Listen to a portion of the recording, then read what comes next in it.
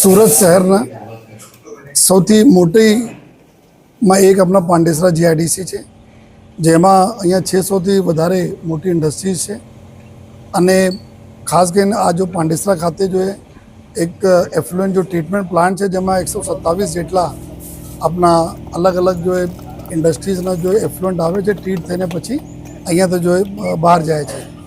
અને આ જગ્યા જો આજે અમે લોકો ઘણા દિવસોથી આપણા એક ઇન્ડસ્ટ્રીઝના સાથે મિટિંગના એક આયોજનના ડેટ આજે નિશ્ચિત હતી. તો આજે જો ઇન્ડસ્ટ્રીઝ સાથે અમે લોકોને મિટિંગ લીધી અને સાથોસાથ જો ઇન્ડસ્ટ્રીઝ અને પોલીસના સારા સંકલન કેવી રીતે રહે અને ઇન્ડસ્ટ્રીઝને જો અમુક અમે સૂચનાઓ આપવાની હતી.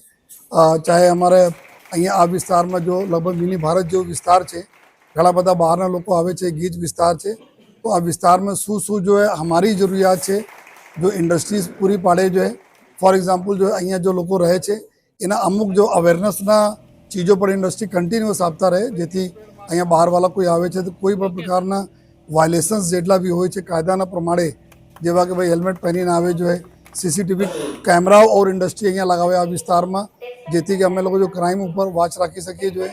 સાથોસાથ જો નાર્કોટિક્સથી દૂર રહેવા માટે જોઈએ અને જો નાની નાની સમાન બાબતોમાં લોકો ઝઘડા નહીં કરે જોઈએ. આ પ્રકારની ચીજો જો જ્યારે બધા વર્કર્સ જતા હોય ઇન્ડસ્ટ્રીમાં ત્યાં આપતા રહે અને એના માટે અમે લોકો એક વિડીયો પણ બનાવીને આપવાના છે જોઈએ.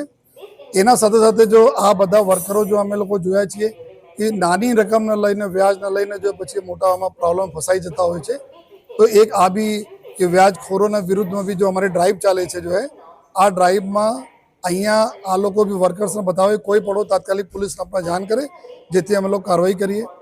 આ વિસ્તારમાં ઘણા બધા જો એવા એક્સટોર્શન કરવાલી ગેંગ હતી જો આરટીઆઈના નામે આ બધા ઇન્ડસ્ટ્રીઝને હેરાન પરેશાન કરતી હતી. એના ઉપર કેસ થયા, 13 જેટલા લોકો છે જેના પાસા પણ થઈ છે જો તો એના માટે બી ઇન્ડસ્ટ્રીને સૂચના આપવામાં આવી. કોઈ પણ સંજોગોમાં કોઈ તમે દબાવે છે જો કોઈ એક્સટોર્શન કરે છે તો તમે ટોલરેટ નહીં કરો, બલકે તાત્કાલિક જો પોલીસના જાણ કરો જો એના સંકલન કરવામાં આવેલા છે.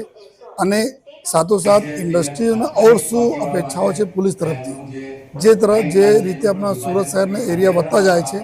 આ પહેલે પાંડેસરા વિસ્તાર આપને ખબર જો ગ્રામના સચિન પોલીસ સ્ટેશનના આઉટપોસ્ટ હતા, અત્યારે સચિન પોલીસ સ્ટેશન સિટીમાં આવી ગયા, પાંડેસરા આઉટપોસ્ટ પોલીસ સ્ટેશન બની ગયા, ગીચ વસ્તી છે. તો એના માટે સંકલન બહુ જરૂરી છે કે ઇન્ડસ્ટ્રીઝ અને પોલીસમાં રહે.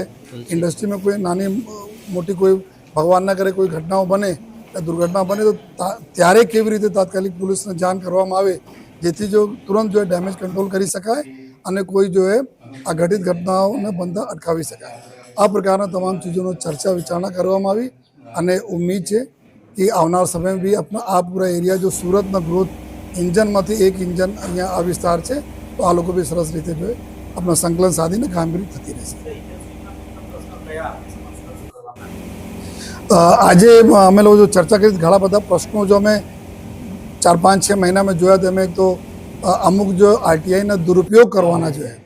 આરટીઆઈ એક્ટિવિસ્ટ તરે કોઈ પ્રોબ્લેમ નથી, પરંતુ આરટીઆઈ માંગીને દુરુપયોગ કરવાના, એક્સટોર્શન કરવાના, ખંડણી ઉઘરાવવાના આ એક મોટી સમસ્યા હતી, જેના જો નિકાલ કરવામાં આવેલા છે જો અને સાથોસાથ જો અમુક લોકો જો એક્સટોર્શન કરવાની અલગ અલગ રીતિ અપનાવતા હોય છે. તો એના માટે જો બી જો ચર્ચાઓ કરવામાં આવી જોઈએ. અને પછી જો આ વિસ્તારમાં જો લોકો રહે છે, થોડાસા જો મજૂરી વર્ક કરવા લોકો આવે છે, તો અમુક જો લોકો જો વ્યાજના ચંગુલમાં ફસાઈ જતા હોય છે, તો એની ચર્ચા કરવામાં આવી. એના માટે અમે લોકો સોલ્યુશન બતાવ્યા જોઈએ. આ મુખ્યત્વે જો આ પ્રકારની જો સમસ્યાઓ જો તકલીફના જો ચર્ચા કરવામાં આવી, એના માટે જો નિકાલ અમે લોકો કરીએ છીએ ઓર સારા સંકલન આવનાર ફ્યુચરમાં રહે એની ચર્ચાઓ અમે લોકો કરીએ છીએ.